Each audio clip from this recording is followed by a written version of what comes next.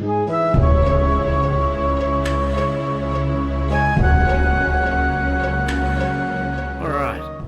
I'm feeling in the mood for some awesome robot-themed action. Let's have a look.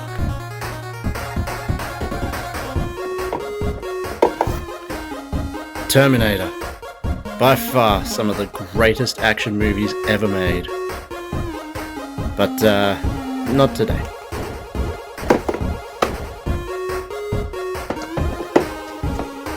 Zoids. Definitely one of my favorite anime series ever. But, yeah, not today.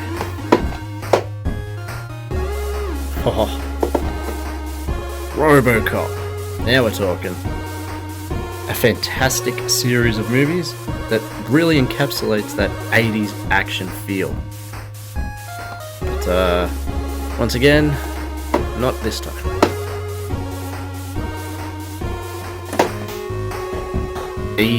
What is this? Well, it's robot themed. There's some action on the front. E-SWAT. Released in 1990 for the Sega Master System by Sega.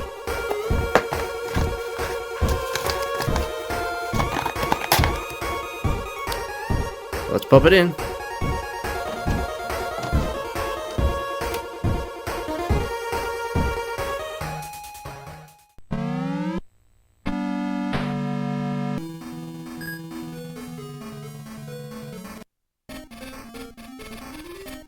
Balthazar, the infamous mad scientist, has created an army to take control of the city. The only thing that can stop him is you, E-SWAT, Enhanced Special Weapons and Tactics Unit. Navigate through the city and stop Balthazar and his thugs and save the day. Now, as you saw, I put it on easy, and I can't imagine how ridiculous it would be on normal. Enemies are constantly coming at you from behind, and you barely have enough reaction time to turn and shoot your gun at them. One point I'll give it is it does seem to have unlimited continues, but you start at the beginning of the stage every time, so that's 1 point deducted. If you play long enough, you can get in the rhythm of ducking, shooting in the face, ducking, crawling away, shooting in the face, etc. But even with that, it doesn't take long until you're annihilated, unless you're fairly skilled at this game. Now, I wouldn't say I'm horrible. I can make it to the first boss, but, well, you'll see. So graphically, the graphics are kinda lame for 1990, if I'm honest. Everything's well defined enough, but I find the backdrops boring, personally. And the only way I could get varied footage of something other than the first few minutes was by letting the demo screens run through. Now, something I will say about this boss is he has a very similar moveset and frame to a boss sprite from a far superior retro game. Now, that will be an absolute quacker of an episode when that rolls around. So on the music, it's not too bad. It's nothing special, but, it's passable. Controls, you can shoot diagonally, you can duck, you can crawl, as mentioned. So there really is quite a good range of movement, actually. The unfortunate thing is, though, that your jump is terrible. It's weighty and awkward, and it just makes it difficult to avoid enemies and obstacles. Now, believe it or not, this is yet another game from that serendipitous trip to the market. And when I saw this, I actually thought it might be something like Sega's version of the NES game Scat. I don't really know why.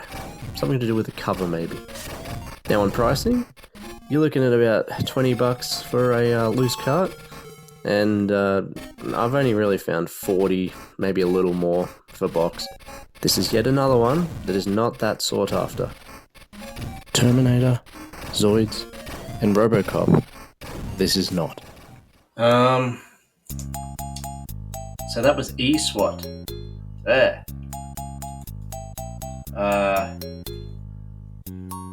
See you later. Alright. What I meant to say was, it's very difficult. The graphics are fairly boring, the backgrounds. Just relentlessly attacked by enemies. The controls are not good. The name is really odd. The guy on the cover looks ridiculous. So, yeah. This will definitely be going back on the shelf. Right. Now, as you know, there are no bad games. This has created an entire new category, in my opinion. I think I'll need another shelf. See you later.